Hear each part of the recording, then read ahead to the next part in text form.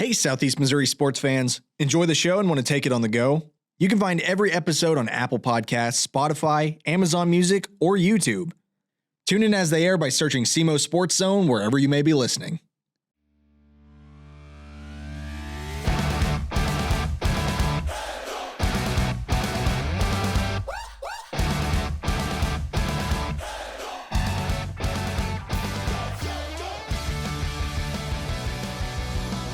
Welcome to SEMO Sports Zone, presented by A-Corp Sports. David, for us, it is Super Bowl Sunday. It is. How are you doing? I'm doing fine. I got Seahawks and the Seahawks, and who are they playing? Oh, it's not my Broncos. I don't. Oh, it's the Patriots.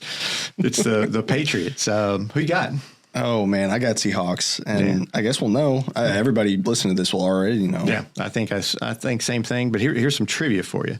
So, did you know that Sam Darnold's grandfather was an Olympian, and he was the Marlboro Man, back in the old days.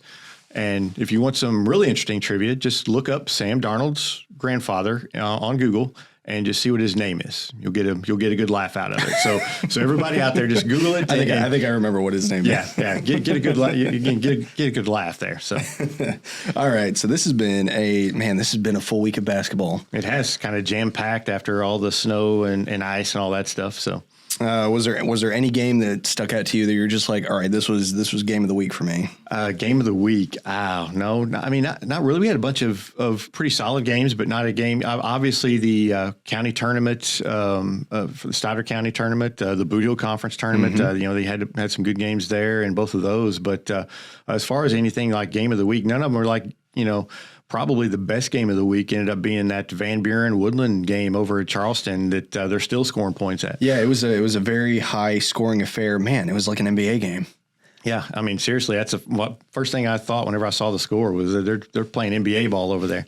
Well, let's just go ahead and get into it. From the SCA tournament, at the fifth place game, we had Advance 55 and Bell City 49. Yeah, Advance I thought played really well defensively in this game. Bell City, they just kind of struggled to score, and a lot of that was due to that Advance defense. I mean, they played really well. Jameson Hamlin, he had a big second half there for Advance, 14 points, I believe, in the second half. And both these teams, they play so hard. Both of these teams, they just get after it, and it was just a hard fought game and a good win by Advance. It's a very physical game too. Mm-hmm. It's one of those games where it's like if it resulted in injury, I would have not been surprised. Everybody was just hitting the floor as hard as they could. Yeah, I feel like every time we talk about Bell City, it's like it was a physical game. Yeah. I feel like, and it's pretty much the same way with Advance. These are just two very physical teams. I mean, it at a point, it's just it becomes kind of your bread and butter of just like, how do you play your game? And a lot of, like, you see a lot of schools switching up to that 3-point, and obviously both teams can hit those when they need to. But hey, getting in the paint and kind of pushing people out of your way. I mean, hey, if it serves, it serves. Yeah, absolutely. Moving on to Tuesday, we've got Sikeston 67, Dexter 54. This was, Dexter plays Sikeston well. I mean, they come out and they played them really well for 3 quarters. They were good defensively. They took away Sikeston's penetration, and they really got out on their shooters, made it really tough on Sikeston to score. They just don't have the depth for 4 quarters against the Sikeston. And the fourth quarter started, and Sikeston just started taking advantage of some turnovers and kind of got rolling. And once they get moving downhill, it's tough to stop. And that's just what happened. Yeah, and you got to think for Dexter too, when they have this issue, just like, and this happens in a lot of games, they kind of peter out at the very end, and it's just a couple points that they kind of miss by that kind of determine a game. But with Sikeston, we know what happens when you try to run up and down the floor with them. They're very fast and athletic in that sense. So you're already gassing your team off of that, and then you don't really have a bench to kind of supplement that. It just that's a tough ask. Yeah, here's a stat for you. After this game, Dexter had lost 8 games. In 8 of those losses, they'd held the lead in the fourth quarter in 6 of them, and in the one other one against Van Buren, they trailed by 1 in the fourth quarter. That's brutal. So of those, the only one that wasn't like that was that Puxico game. And then, of course, then you have Woodland the next night, and Dexter looked gassed from the start in that one. It's just Dexter just struggles in that fourth quarter.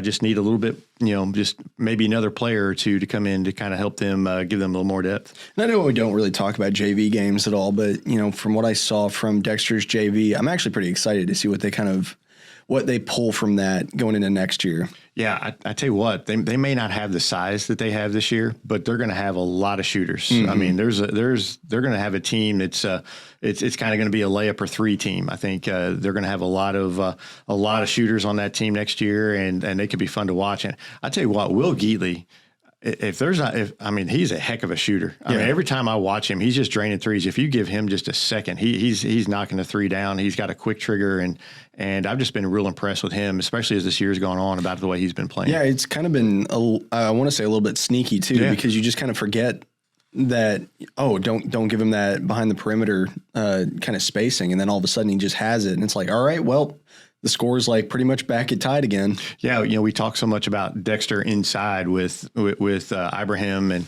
Sepulvedo and some of those guys, but you kind of forget about Geatley. And Geatley, he's played well all year, and he's just a really nice shooter, and they're going to have him back next year. Yeah, I'm really curious to see what this Dexter squad's going to look like next year, especially with all their juniors kind of rising up to that senior position of just how you kind of lead your team. Yeah, they're definitely going to miss those guys inside, but like I said, they're going to have a lot of guys that can come in that can shoot and score. So it'll be a little bit different team, maybe a more up-tempo team, but I think it's going to be a team that's going to be fun to watch. Absolutely. Moving on, we've got Clarkton 81, Southland 75. Yeah, Clarkton's been playing well. They've got a lot of young kids, and they've won at this point. They'd won 5 of their last 6, and their young players are just getting better and better. And this is a team that I don't think I want to play when it comes to district time, because they're somebody that could catch somebody and pull an upset, because it's a team that's just getting better and better.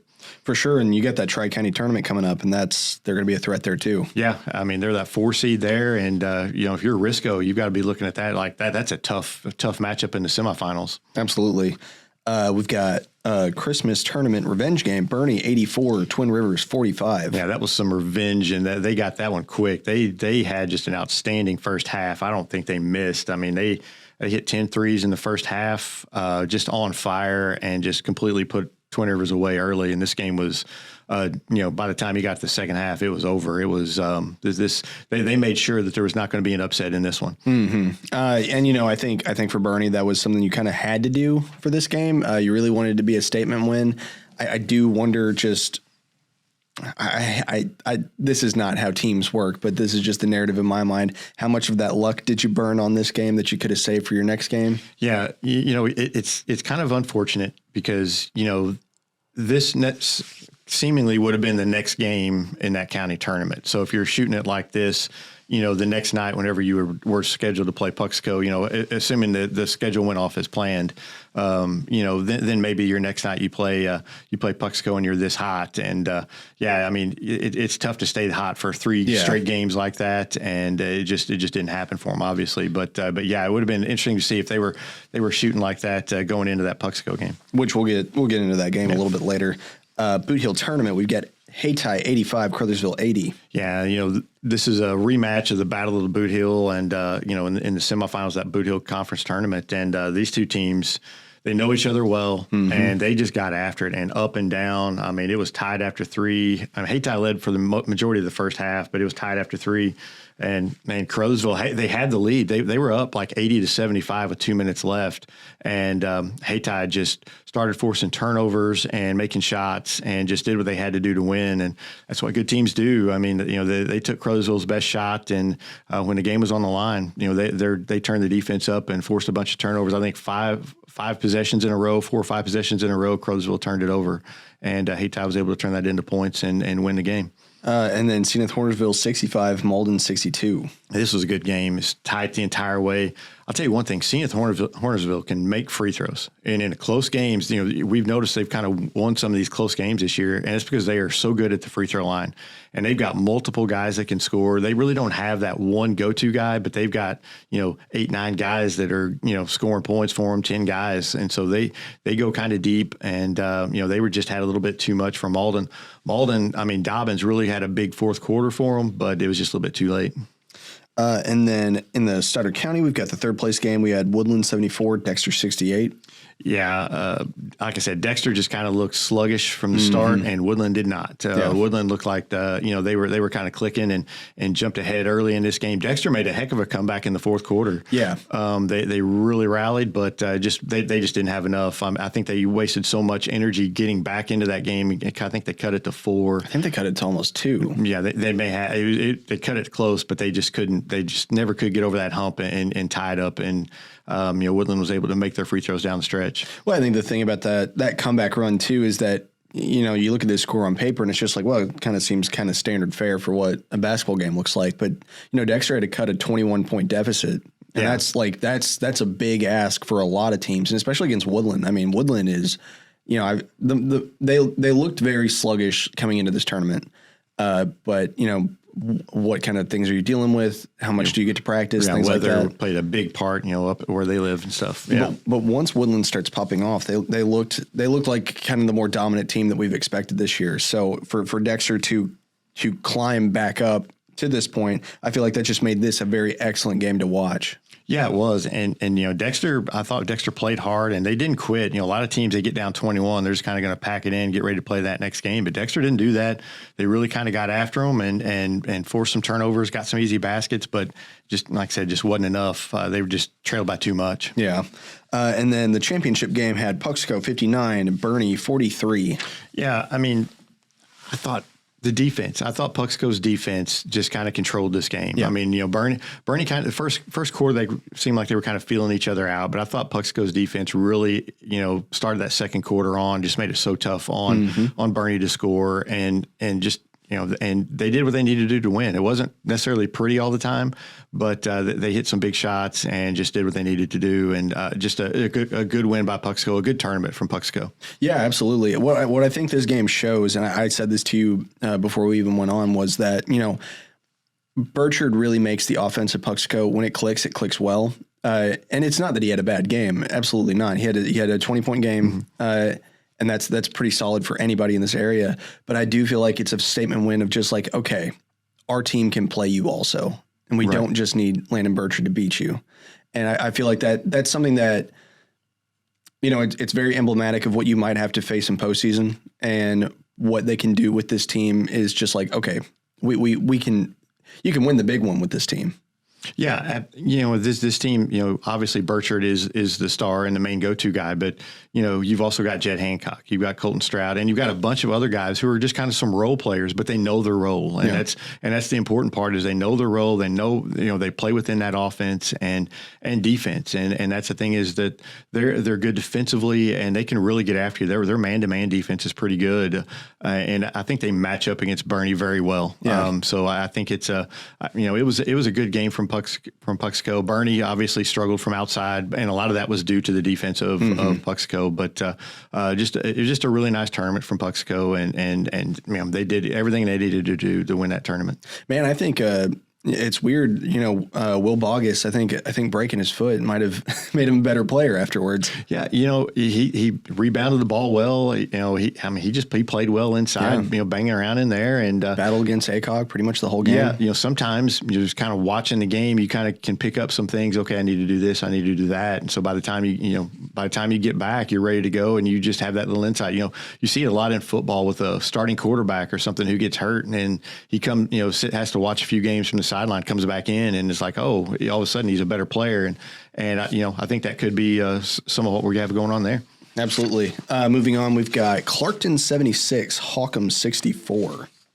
Yeah, Clarkton, again, they just continue to win and continue to, 6 out of 7, I believe, at that point in time. So it was a really nice win. I think they're 500 at that point. I know they played on Saturday, and we'll talk about that, but I don't think anybody really wants to play them in Class 1. They're just a team of young guys that are really getting better and maturing each and every game. Absolutely. And then this one was the more kind of surprising outlook game, I think. Richland 65, Risco 56. Yeah, definitely surprising. Richland is kind of figured it out. We've got 2 big guys inside in Barnes and Hughes, and we're going to get the ball inside. Barnes had a big game. He was 25 points, 9 rebounds. Hughes, 13 points, 6 rebounds. They just really pounded the ball inside. Risco struggled from three. They only shot about 25% from three, and Eli Rogers was out, so that kind of was a big factor as well. But Owen Fortner did what he could: 20 points, 15 rebounds. But Richland just very impressed with the way they played in this game. They didn't turn it over much and just got the ball inside and were able to take advantage of their size advantage.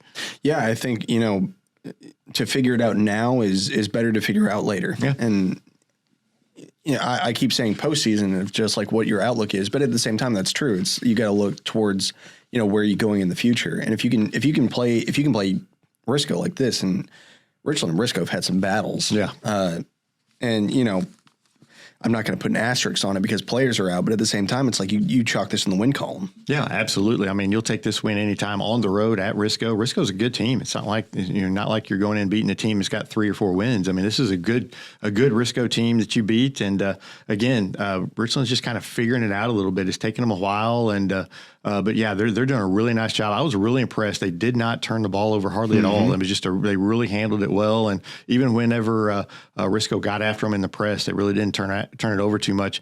I kind of was surprised that Richland or Risco waited so long to press Richland, but at the same time, they didn't turn it over, so it probably wouldn't have mattered anyway. Yeah, I think there's a lot of times where Richland can just out physical a lot of teams too. Yeah, and just they did well rebounding, but just those big guys are tough, and they share the ball well inside too. They really find each other, and they look pretty good in this game. And then moving on, we've got the Bootheel tournament championship. We've got Hayti 78, Zenith Hornersville 54. Yeah, Hayti just started out so fast in this game. LaDon Webb was on fire. I think he had 9 points in the first quarter, 24 in the game. That Nikolai Combet, I think he had his first 4 threes. I mean, they were just on fire from the start and just put Zenith away quick and just didn't let them hang around. And this Hayti team is really, really good. They've got a bunch of guys that can score, probably 9-10 guys that can score anytime they really want. I mean, it's a tough team to defend. They're deep, they're very athletic, and it's just they are getting better and better, and that they are going to be a tough team in Class 2. Yeah, I think. I like Hayti a lot. But what I think it's interesting that I don't see a lot of people talking about them a lot. And maybe I'm just not in the right circles to be seeing it.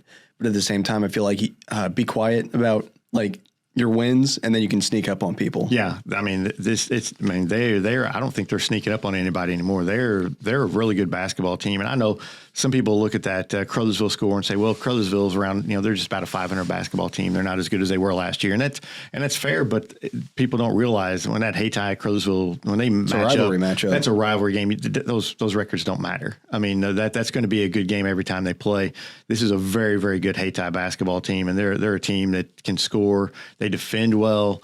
It's a fun team to watch. I mean, they can really shoot it. I mean, it's just a tough matchup for a lot of these teams around the area, and I think they're going to be a factor in that Class 2 for sure. Pretty young too, right? Yeah, they've got a lot of juniors and stuff that. So yeah, this is not just a 1-year deal for them. What do you think about what held them back last year was that South Iron game, losing that. I mean, South Iron isn't the team they were last year either. No, and now you do have, I think Van Buren is going to be a factor in Class 2. Obviously, Puxico. So, I mean, Class 2, we talked about it early in the year about how loaded Class 2 is, and it is extremely loaded. This is a Class 2 that anybody who comes out of this area in Class 2 is going to have a chance to win it, and because you're going to have to earn it to get to Columbia. Absolutely. And then next up, we've got the MVC tournament championship, Leopold 57, Meadow Heights 50. Yeah, we don't talk about this tournament much. I mean, that's kind of north of us, but and not a lot of teams that we really talk about. But Leopold has played well. At this point, they hadn't lost since Christmas. They'd won 9 in a row, and that's they're another team that's kind of flying under the radar. They're not a bad team. They're in Class 1. They're a team that could really make some noise in that district, cause Delta some problems. Bell City, without Richardson, I mean that looks like it may be a different type game.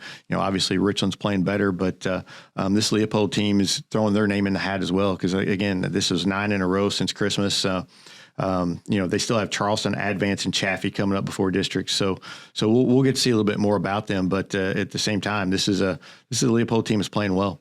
Absolutely. Friday on On Friday we had Dexter 62, Advance 43. Yeah, we had talked about on the last show, this might be a tough game for Dexter, just kind of how they, had a tough Sykeston, then you have Woodland.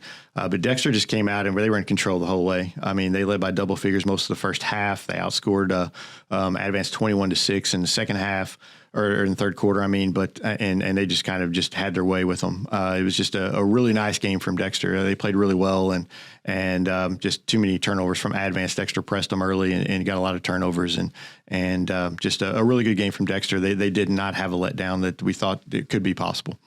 And then, man, this game was just brutal to watch. Sykeston 111, Poplar Bluff 54. Yeah, Sykeston jumped out 15-0. I think they led 34-11 after one, and I turned it off because you could see what was going to happen. Poplar Bluff just did not have the guards, and Sykeston was just, that just plays right into Sykeston's hands, and Sykeston was just doing anything they wanted, and they did it the entire game. 111 points, most points I think they've ever scored against Poplar Bluff. Also, they own Poplar Bluff. They've won 23 of their last 27 against them, so 23-4 since Hansborough, I believe. So that's a pretty good little stretch that Sykeston has had against this Poplar Bluff team. It was it was a little daunting to watch, the subs not come in until maybe the final 30 seconds of this game and just realize, man, they just whatever has been said between these two teams throughout their history has all coalesced to this moment of just like, all right, we're going to bury this team. Yeah, there's no love lost between Sykeston and Poplar Bluff in any sport or in anything at all. There's definitely not any love lost. Kobe Thomas had a big game, got his 1,000th point. Congratulations to him. And I coached him in soccer whenever he was in like second grade. I mean, he's a really good kid. And so I'm happy for him. But it's Sykeston just put it on Poplar Bluff in a big way. And that was a tough watch if you're a Poplar Bluff fan. All right, Scott Miss tournament for the consolation final. We had Orion 57, Kelly 50. Yeah, surprisingly, this ended up being the best game of the night. These two teams kind of battled, and both teams have struggled this year, but they play really hard. And this was a good win from Orion. They played East Prairie well in the first round, and then barely slipped past Scott Central, in the consolation semifinal. But kind of flipped the script. It played about a month ago, and I think the score was reversed. I think Kelly beat them in January by about the same score. So it just shows that Orion's getting better a little bit. And this Kelly team, both these teams are young, have some good young players. They're coming along. It's been a tough year, but they both play really hard. Kind of seems like Kelly and Orion kind of have battles back and forth throughout the year. Yeah, I mean, it seems like they always do. It seems like they always play each other like 3 times in a season, and they're all battles. They all, every single year. They just always match up the same.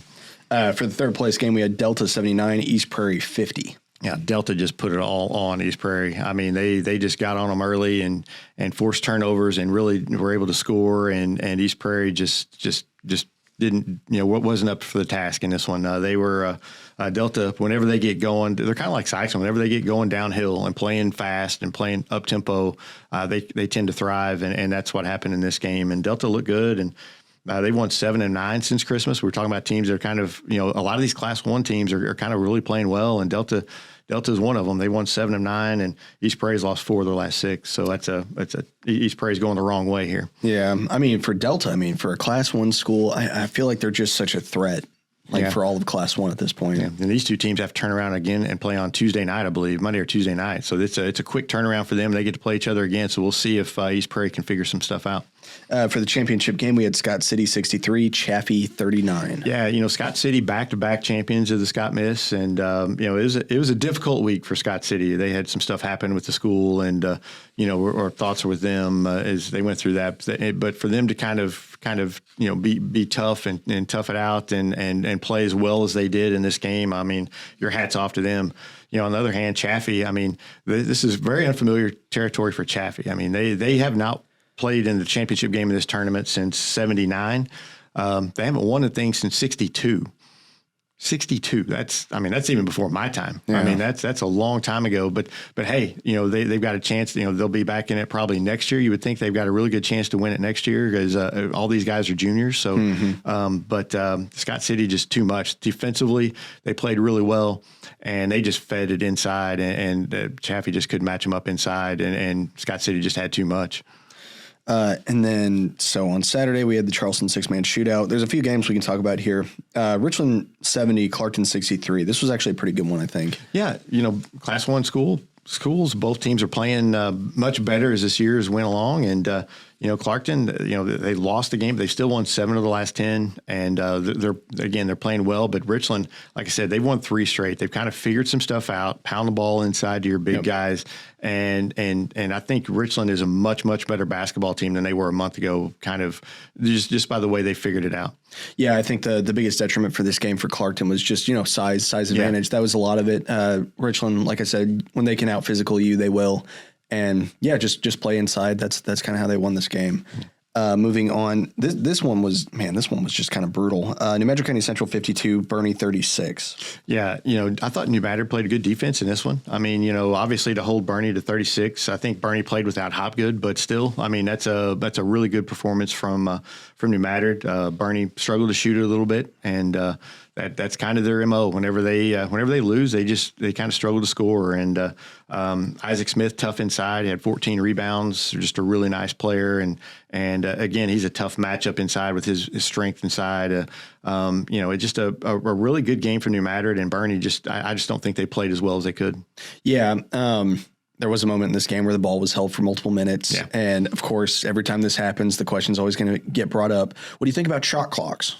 Yeah, and I mean, obviously the shot clock might have had an impact in this game. Obviously New Madrid wanted to get Bernie out of that zone, and Bernie was content to, hey, this is how we can beat you. We're going to sit back in the zone. So it's just tough. It's just you can stall that by going out and guarding them. I mean, you can pull them out of the zone, but Bernie chose to stay back in the zone, and they're like, no, this is how we think we can win. So I don't know.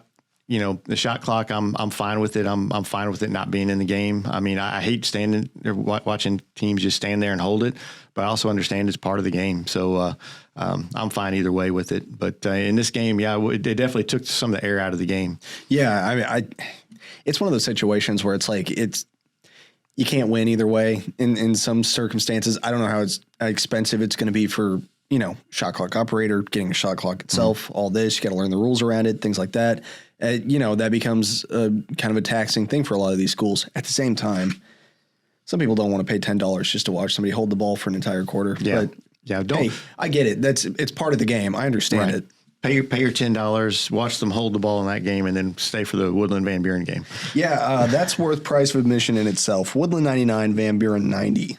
Yeah, NBA game, up and down. Both of these teams have a bunch of guys that can score, and they're both very good basketball teams. And, Van Buren had the lead in the first half, and Woodland, stormed back in the second half. But this is just a really good basketball game, just a fun basketball game to watch. And I mean, what more can you say? 99-90. You're not going to see that very often in high school basketball, and just a rarity and a fun game. I really did feel like it was two complete teams playing each other too.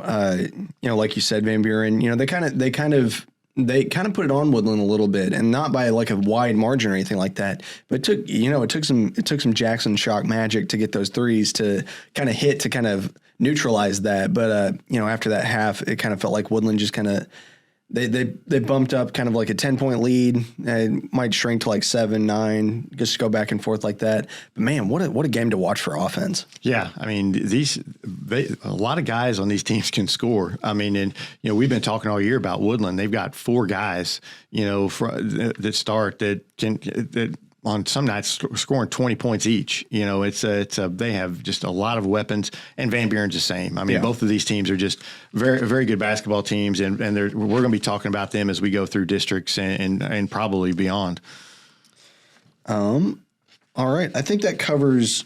Oh, let's talk about OFC. Sorry. Yeah, sorry. So we still have the OFC. Sorry. That's on the bottom of my paper. Yeah. I skipped over it, and that's my fault. We've got Puxco 98, Clearwater 29. Yeah. I mean, Jeez Louise. Yeah. Puxco just kind of took care of business in that one. That was another one. They just put it on them early, and Clearwater just really didn't stand a chance from the outset. East Carter 55, Neelyville 41. Yeah, East Carter kind of took care of business in this one. Neelyville is a team that we know kind of hang around and cause you some problems. And East Carter said, no, we've got this one handled, and they were able to win going away and get that matchup there with Puxco. We got Doniphan. They beat Naylor, but an upset.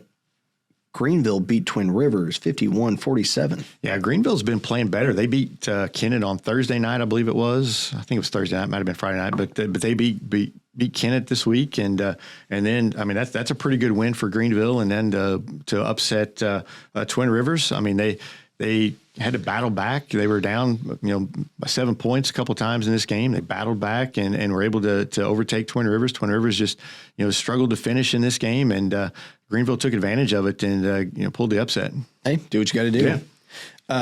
All right, Dave, what do you think about giving me your dozen for the week? Well, it's very similar to last week. I'm not going to – it's very, very similar. I struggled at my number 12, though. And, we talked about this before we went on the show. I had three teams, Charleston, Bernie, and Zenith, Hornersville, all right around that number 12. And all of them have had some inconsistency, especially Charleston and Bernie. Zenith, they've come on as of late, but, that loss to Hayti kind of, I thought, kept them out. So I went ahead.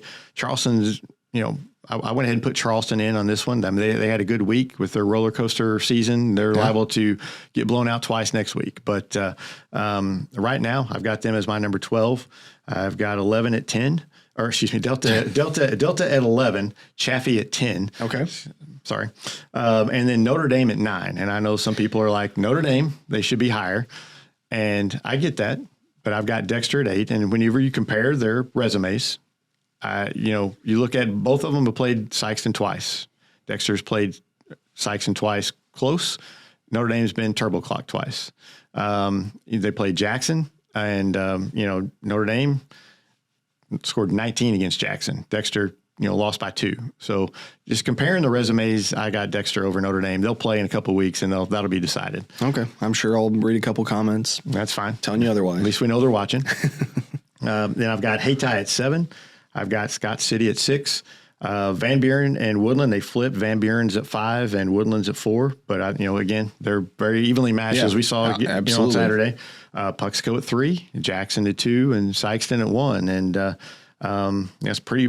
I think we're to the point of the year where it's pretty much. I think set in stone for the most part. Pretty much we have things. I mean, obviously we have a Puxico Woodland game coming up here in a couple of weeks. Jackson Sykeston, Dexter Notre Dame. We have some of these games coming up that'll kind of maybe flip a couple of spots. But I think for the most part, we're kind of, as long as somebody doesn't get upset and there's not any surprises, this is pretty much what we have for the first, at least for the top 10.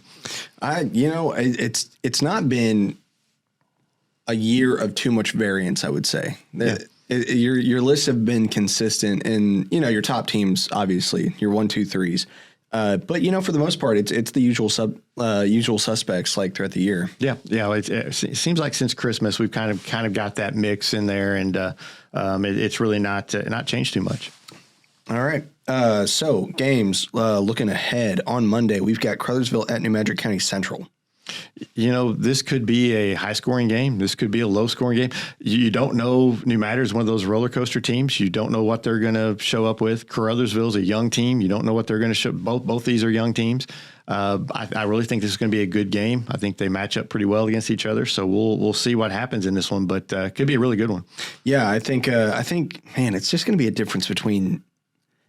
Man, who's going to be more athletic in this game? Who's going to bring the tempo a little bit faster? And I'm taking Crothersville early in that. Yeah, I think it's who turns it over less. Okay. Because I think both of these teams have a tendency to turn it over, and both of these teams have a tendency to force turnovers. So it's just whoever can handle the pressure the best is going to win this game. And then we've got the Tri-County tournament starting too.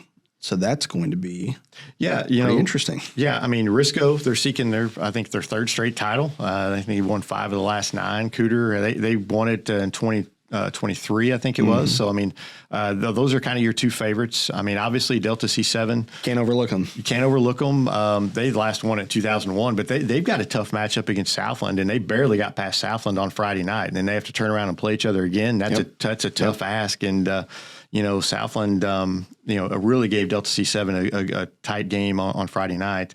And then who wants to play Clarkton? I mean, Right. Clarkton, you could really sneak up on somebody here and pull an upset. So yeah, I think it's going to be a really good tournament, especially the top 4 seeds. I think are pretty good here. Yeah, I think this is a very even field for this tournament. I mean, you can probably say your 1, 2, 3, 4 it's kind of chalk, but at the same time, if one of these teams kind of sneak up on them, it would not surprise me if you get like maybe if Gideon could kind of just like, get that sneak up game, maybe win by 3 against Clarkton, that wouldn't surprise me either. Yeah. Obviously that the Gideon is another team that we don't talk about a lot here, but they've had a pretty decent season. I mean, they definitely they've improved from last year, and that could be a tough game too. So yeah, you never know with these tournaments, and these teams know each other so well. That's when you get to these county tournaments, everybody kind of knows each other really well. They play each other a lot, so it's not surprising to see some upsets. Any other games on Monday I should be looking at that I've looked over? No, that's all I have written down for Monday. East Prairie Delta.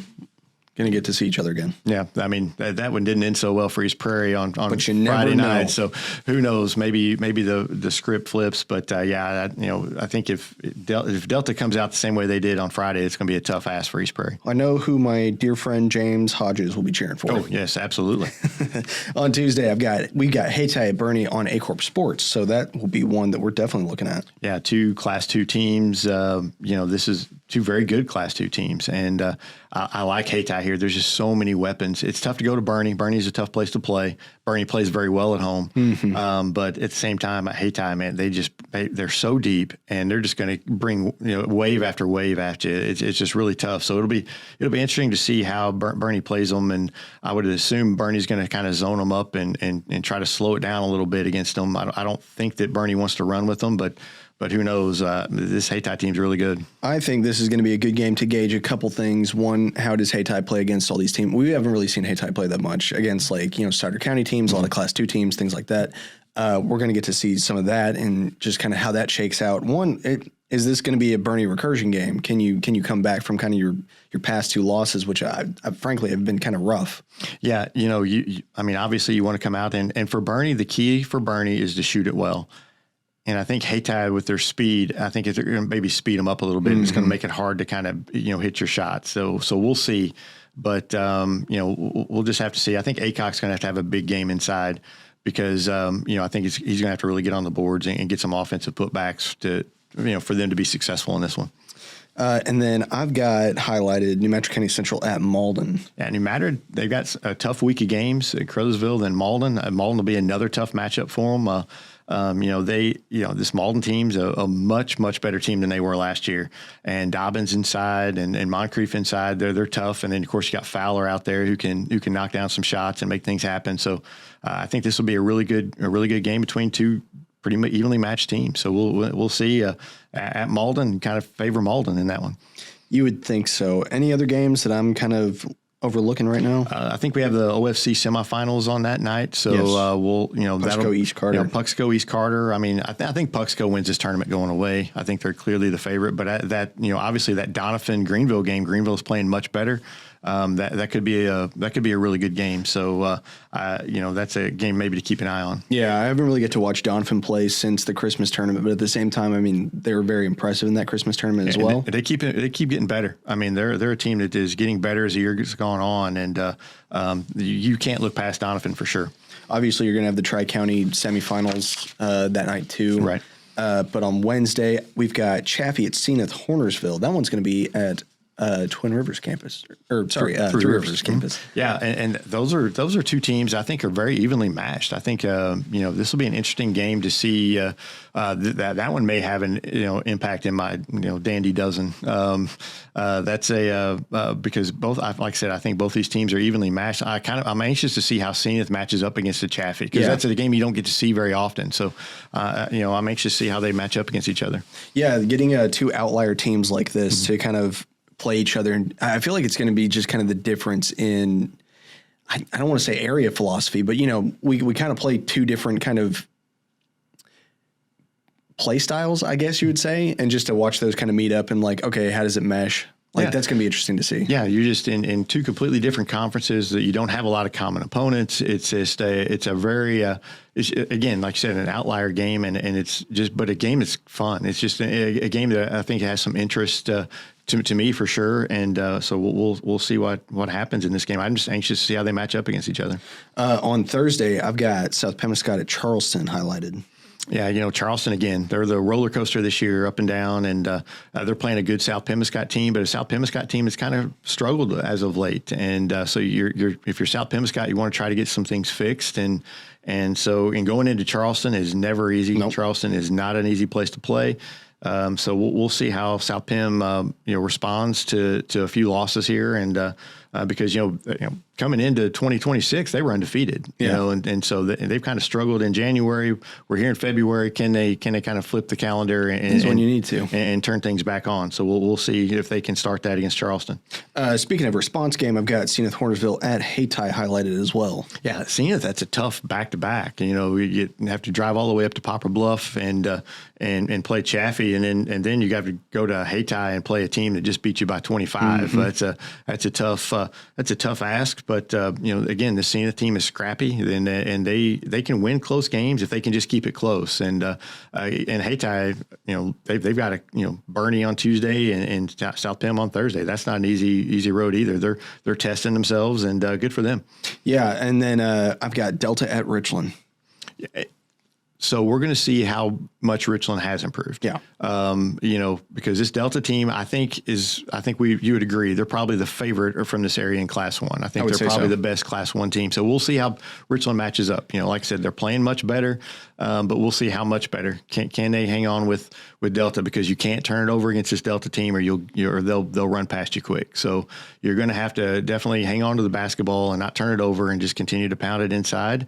And we'll see how they match up. It's kind of a 50-50 shot. Either Delta's just going to be very dominant in this game, or Richland's going to give them fits. Yeah, I mean, and I can see Richland, playing with these guys, and if they can not turn it over and pound the ball inside, I mean, that's a strength that they have against this Delta team. So we'll see what happens, but man, Delta's been playing really well this year. Absolutely. And then on Friday, we've got Sykeston at Cape Central. Yeah, I don't know if this is going to be much of a game. It's a rivalry game. And you're playing in the Orange Gym at Cape Central, which, for Sykeston, they need to kind of get used to that, because that's where districts are going to be as well. So and they typically don't play well in that gym. So you want to, hey, let's get up there and get used to this gym, and just so orange. It's terrible. Just terrible. Well, that's their color scheme. But which orange? There's like 4 different oranges in there. Well, Tigers have a lot of different colors of oranges. Okay. Yeah, but yeah. So I think Sykeston takes care of this, but I think it's important for Sykeston to play well in this game. Yeah, I think so. For Cape Central, I mean, this is a tough game, and for a year that's not gone the way you wanted it to, this is a very tough game. I don't know. You're coming off a win on Saturday so I mean, you've got a week to kind of build yourself back up. I don't know. That's a tough ask. Cape has played better as of late, but they don't have the offense, I think, to beat this Sykeston team. I mean, they just don't have the offense. You have to slow Sykeston way down. Yeah, and I think they'll get after them and guard them a little bit and make it tough on them at times, but I just think Sykeston has too many weapons to not win this game. And then we've got Poplar Bluff at Notre Dame. Yeah, I mean, this is a kind of a Notre Dame chance to add to their resume, and it'll be a tough game. I mean, Notre Dame has Poplar Bluff has a lot of size that could cause Notre Dame some problems. But at the same time, I think Notre Dame gets after them if they're guards, and I think they force turnovers and win this game. And then we've got Charleston at Woodland. This was a fun game last year. It was a lot of fun last year. It could be a fun one again this year. I mean, Charleston brings their athleticism, and Woodland, they played a lot of teams, but they haven't played a lot of teams that have this kind of athleticism. Right. So it'll be interesting to see how they match up against them. I think Woodland will be fine. Playing at Woodland, it's tough. Like I said, playing at Charleston stuff, but playing at Woodland's tough too. They play really well at home. And the drive's tough. Yeah, and. But Woodland plays really well at home. I like Woodland in this game. I think Woodland just has too many weapons. And then on Saturday, on Valentine's Day, we've got Sykeston at Scott City. Could this be a Valentine's Day massacre? Well, I would hope not. No, I don't think so. I think Scott City has some weapons inside, and I think that's kind of Sykeston's weakness is post play.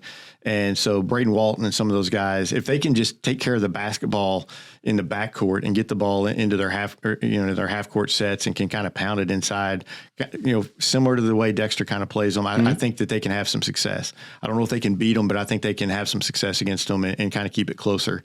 Again, I think Sykes and Wynn's going away, too many weapons, and I think eventually their pressure is going to wear you down. But at the same time, I think Scott City can hang with them for a while. It's one of those weird situations where, because this isn't a matchup that I feel like we typically see, it's one of those situations where it's like, okay, Sykeston's like a boulder rolling down a hill. What different kind of person can you put in front of that to finally stop that boulder? And you know what? If Scott City can do it, I think that'd be awesome. Yeah, it would definitely be an upset, and would obviously Scott City would announce, hey, we're pay attention to us for sure. I think everybody already is anyway, but would definitely get people's attention. But I just think Sykeston has just too much, getting out there and pressing them, and I think they'll force too many turnovers. I think so too. All right, that's the end of my list. Anything I'm missing? No, I would want to say congratulations, Devin Turnbow, signed to play football with SEMO. Also, Jathan Spain, I think, is going to SEMO from Cape Central. So congratulations to those two. AJ Larry, a Portersville player, is transferring to SEMO. So SEMO's got some local kids that are going to be playing. So congratulations to them. And Devin Turnbow, we talk about him a lot on the show. And so congratulations. Way to go, DT3. Yeah. All right. Any final thoughts, David? That's it. All right. This has been the SEMO Sports Zone. Thanks for watching. We'll catch you next week.